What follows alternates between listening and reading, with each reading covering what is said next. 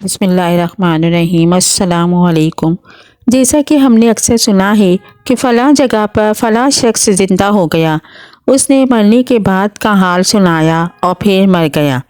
اسی قسم کا عذاب قبر سے متعلق ایک واقعہ گلگت میں پیش آیا، جس کے بارے میں بتاتے ہیں کہ ایک شخص قبرستان کے پاس سے گزر رہا تھا کہ اس نے کسی قبر سے یہ آواز سنی کہ مجھے نکالو، میں زندہ ہوں۔ جب ایک دو مرتبہ اس نے آواز سنی تو اس نے سمجھا کہ یہ میرا وہم ہے، لیکن جب مسلسل اس نے یہ آواز سنی تو اس کو یقین ہونے لگا۔ چنانچہ قریب میں ایک بستی تھی، وہ شخص اس میں آیا اور لوگوں کو اس آواز کے بارے میں بتا کر کہا کہ تم بھی چلو اور اس آواز کو سنو۔ چنانچہ کچھ لوگ اس کے ساتھ آئے، انہوں نے بھی یہی آواز سنی اور سب نے یقین کر لیا کہ واقعی یہ آواز قبر سے آ رہی ہے۔ اب یقین ہونے کے بعد ان لوگوں کو مسئلہ پوچھنے کی فکر ہوئی کہ پہلے علماء سے یہ مسئلہ معلوم کرو کہ قبر کھولنا جائز ہے یا نہیں۔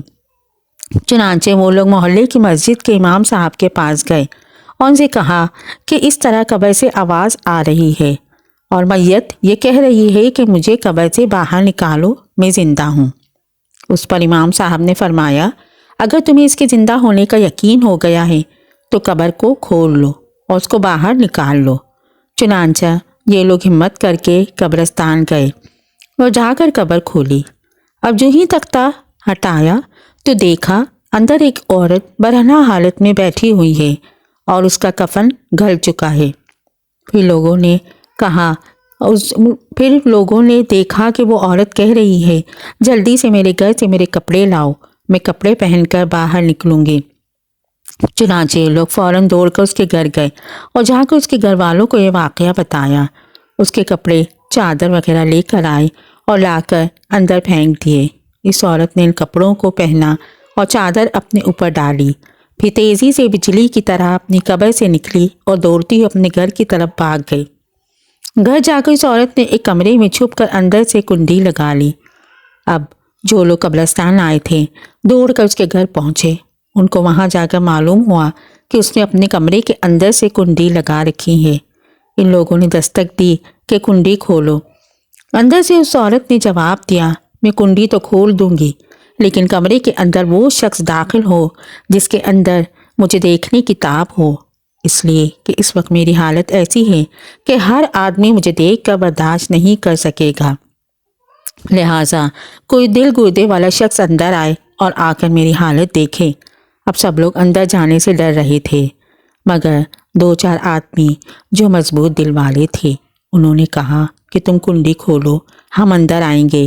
اس نے کنڈی کھول دی اور کچھ لوگ اندر چلے گئے۔ لوگوں نے اندر جا کر دیکھا وہ عورت اپنے آپ کو چادر میں چھپائے بیٹھی ہوئی تھی۔ جب یہ لوگ اندر پہنچے تو اس عورت نے سب سے پہلے اپنا سر کھولا۔ ان لوگوں نے دیکھا کہ اس کے سر پر ایک بھی بال نہیں، وہ بالکل خالی کھوپڑی ہے، نہ اس پر بال ہے نہ کھال ہے، صرف خالی ہڈی ہے۔ لوگوں نے اس سے پوچھا، تیرے بال کہاں گئے؟